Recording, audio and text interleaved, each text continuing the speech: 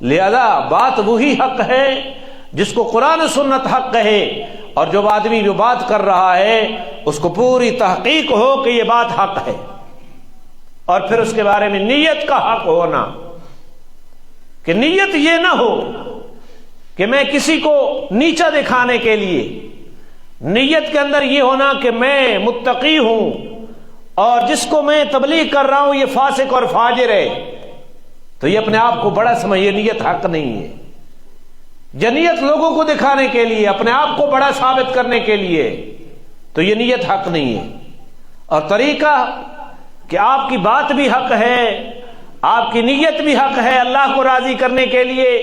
لیکن طریقہ ایسا ہے کہ آپ مسائل کو اس طرح بیان کر رہے ہیں گویا کہ لٹھ لے کر ایک آپ ڈنڈے کے زور پر لوگوں سے منوانا چاہتے ہیں، تو یہ طریقہ حق نہیں ہے۔ یہ طریقہ حق